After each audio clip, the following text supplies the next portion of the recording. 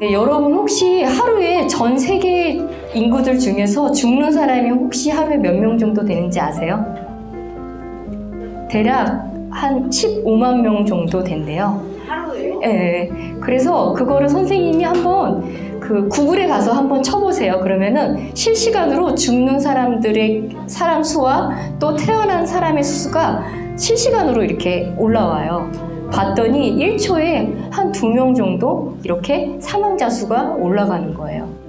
그러니까 지금 우리가 이 말을 하고 있는 이 순간에도 계속 지금 몇 명의 사람이 죽고 있고 또 새로 태어나고 있고 이렇게 해서 세상이 돌아가고 있어요.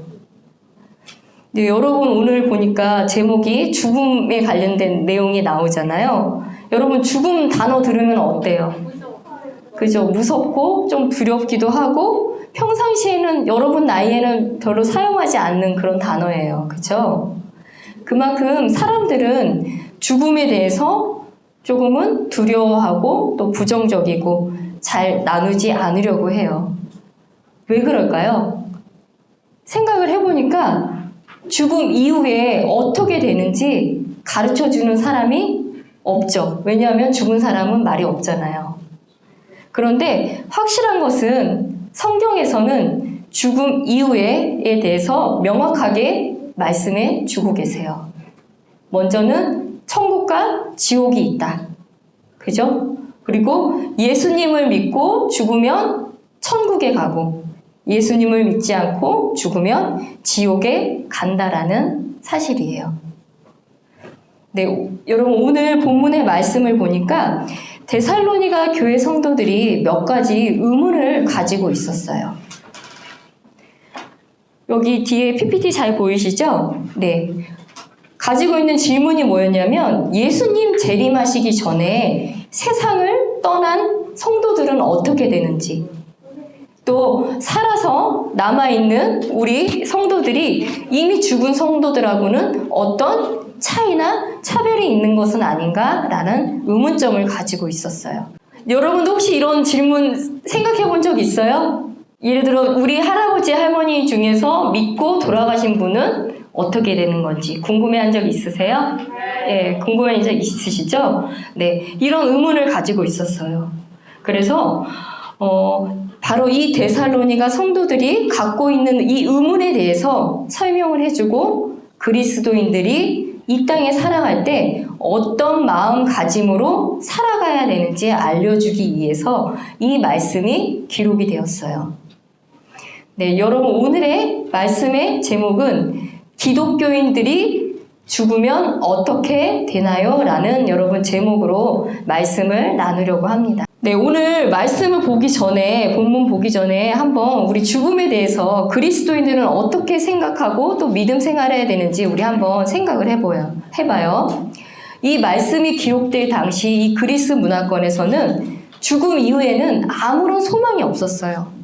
어떤 생각을 갖고 있었냐면은 아예 죽으면 존재 자체가 없어진다고 생각을 했어요. 아니면은 여러분 불교 교리에서 혹시 윤회 사상이라고 들어봤어요? 네. 들어봤죠? 이 땅 가운데 살아갈 때 아주 착한 일을 많이 하면 아주 다음 생에는 더 좋은 존재로 태어나고 이 땅 가운데 살아갈 때 나쁜 행동을 많이 하면 뭐 벌레나 아주 그런 동물들로 태어난다라는 이런 교리예요. 그래서 그때 당시에는 이런 교리를 가지고 생활을 했었어요. 그런데 여러분 성경에서는 사람은 태어날 때부터 죽은 상태로 태어난다라고 표현을 해요. 무슨 말이에요, 여러분? 아기가 태어나서 분유도 먹고 울기도 하고 또 하는데 어떻게 죽은 상태이죠? 무슨 뜻일까요? 그거를 이해를 하려면 바로 지금의 말씀을 이해를 해야 돼요. 네, 여러분 이제 PPT 보세요. 사람은 영과 혼과 육으로 이루어진 거 여러분 알고 계시죠? 네, 이거는 기본적으로 여러분 알고 있어요. 영과 혼과 육으로 이루어졌다. 육은 뭐예요? 육신, 우리 육신이라고 하는 것. 육신은 세상을 의식하는 기관이라고 해서 여기 보면 보고, 냄새 맡고, 듣고, 맛보고, 만지는 우리 이거 뭐라 그래요? 오감, 그죠? 이 오감을 하는 부분은 우리 육신. 육이라고 얘기를 해요. 혼은 뭐라고 돼 있어요? 자기를 의식하는 부분.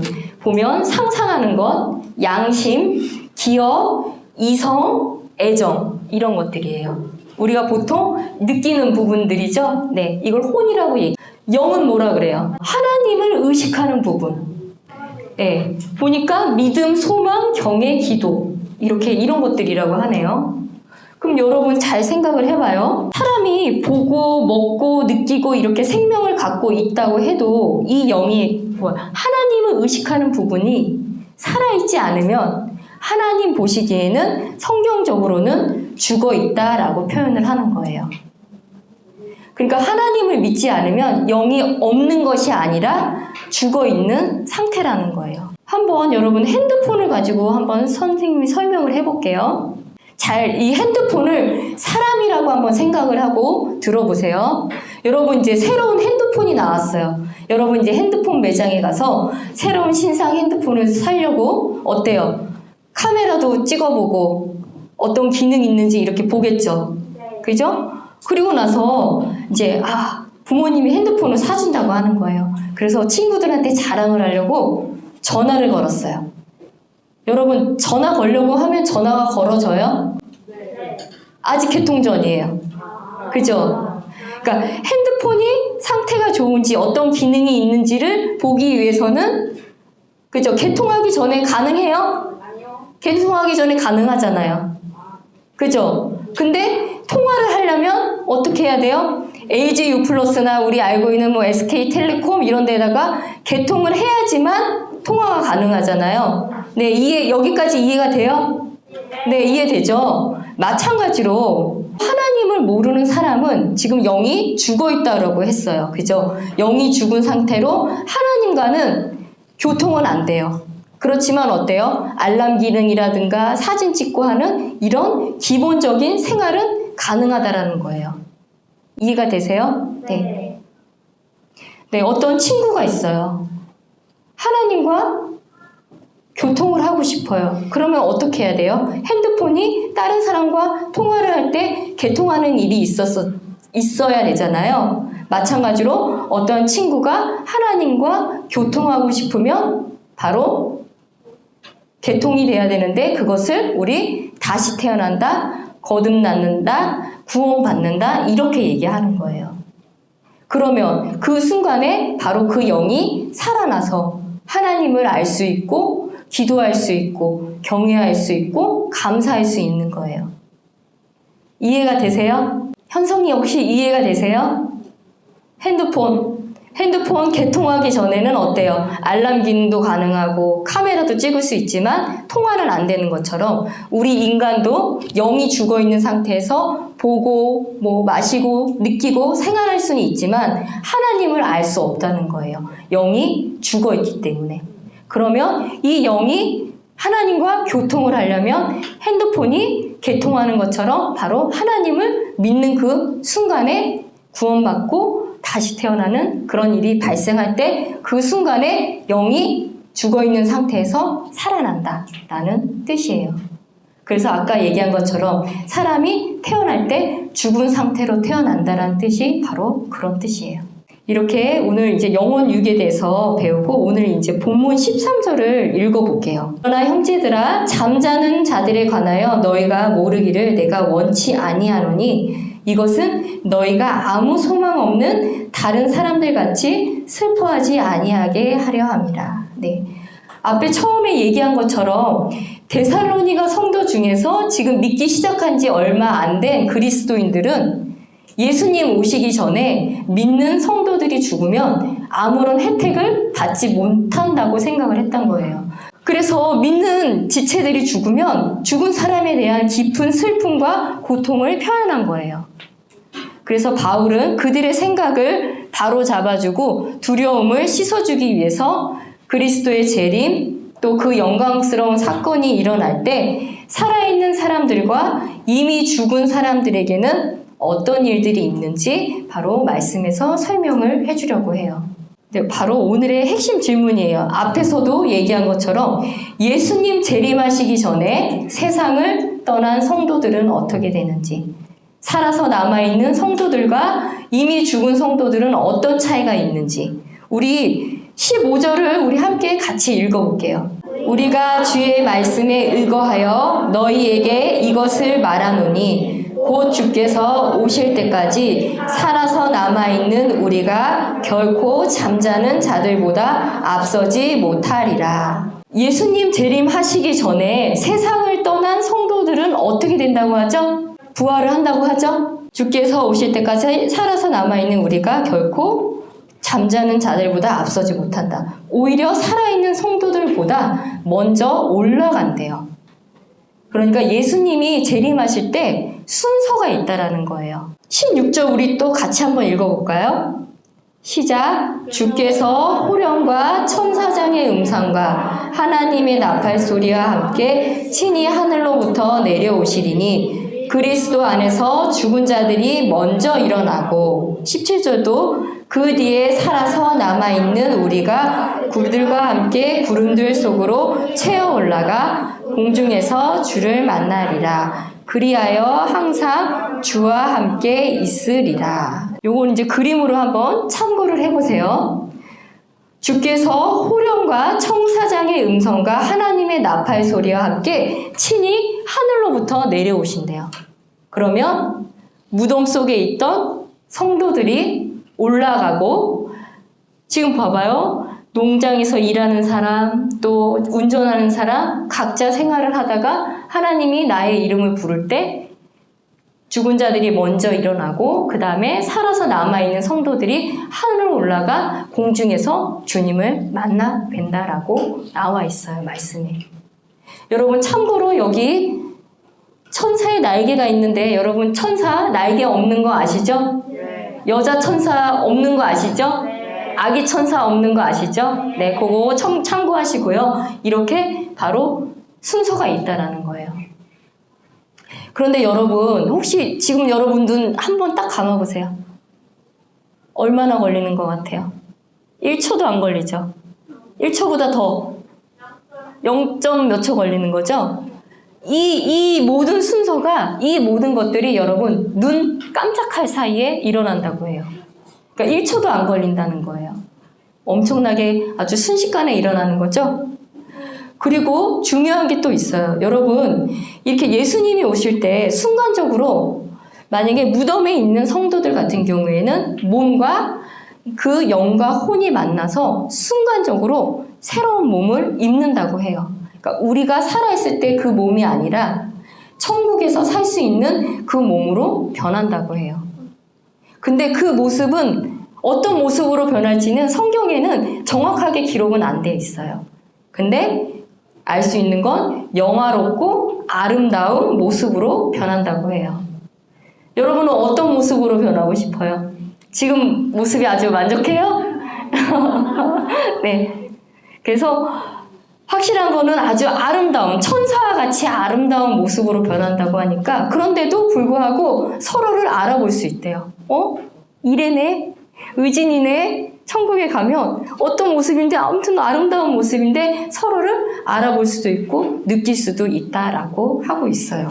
네, 그러면 여러분, 예수님은 언제 다시 오실까요?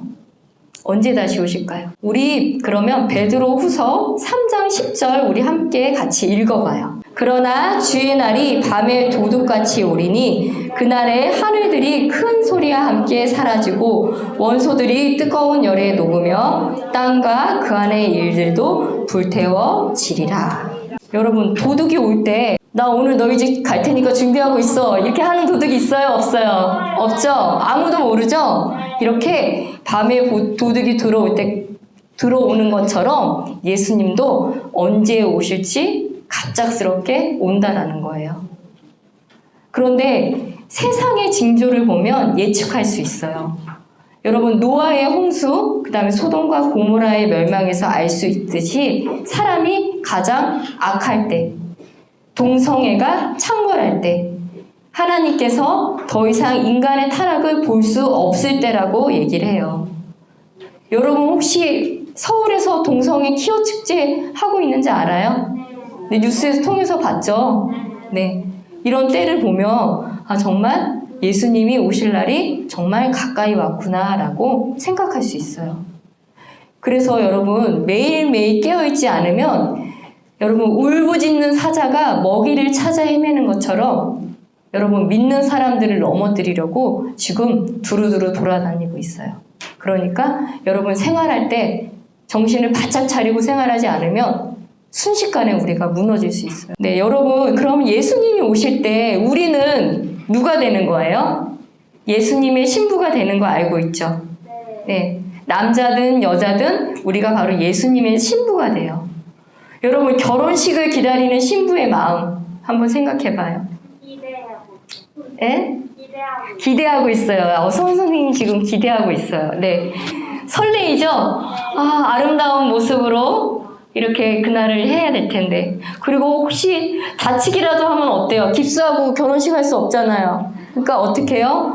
다치지 말아야 될 텐데. 그죠? 그런 생각들 하면 조심하면서 생활을 하겠죠? 이렇게 우리가 정결한 신부로 예수님을 다시 오시기를 소망하면서 이렇게 살아가야 하는 거예요.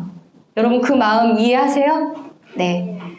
그럼 예수님이 오셔서 무덤에 있는 성도들 또 살아있는 성도들이 하늘로 데리고 올라가면 천국에서는 혼인잔치가 벌어지고 이 땅에서는 요즘 목사님이 얘기하시는 요한계시록에서 7년 환란기가 일어난다는 거예요. 오늘 말씀 보니까 어때요? 땅 속에서 이상한 이제 정말같이 생긴 그런 메뚜기 떼들이 나타나서 2분의 1이 그죠? 전체적으로 뭐 4분의 1 해서 죽는다고 했잖아요. 아, 그 얘기를 들으니까 정말 이 모든 것들, 부활과 휴거가 환란기 전에 일어난다는 것이 여러분 얼마나 너무나 복된 소망인 것 같아요. 네. 그러면 이렇게 7년 환란기가 끝나고 예수님하고 7년 전에 올라갔던 성도들이 다시 이 땅으로 내려온다고 해요. 그리고 이 땅을 왕과 제사장으로 바로 저와 여러분들이 여러분 상상이 되세요? 여러분이 왕으로 이 땅을 다스리는 거예요. 현성이가 왕으로 이 땅을 다스리는 거예요. 와, 어때요?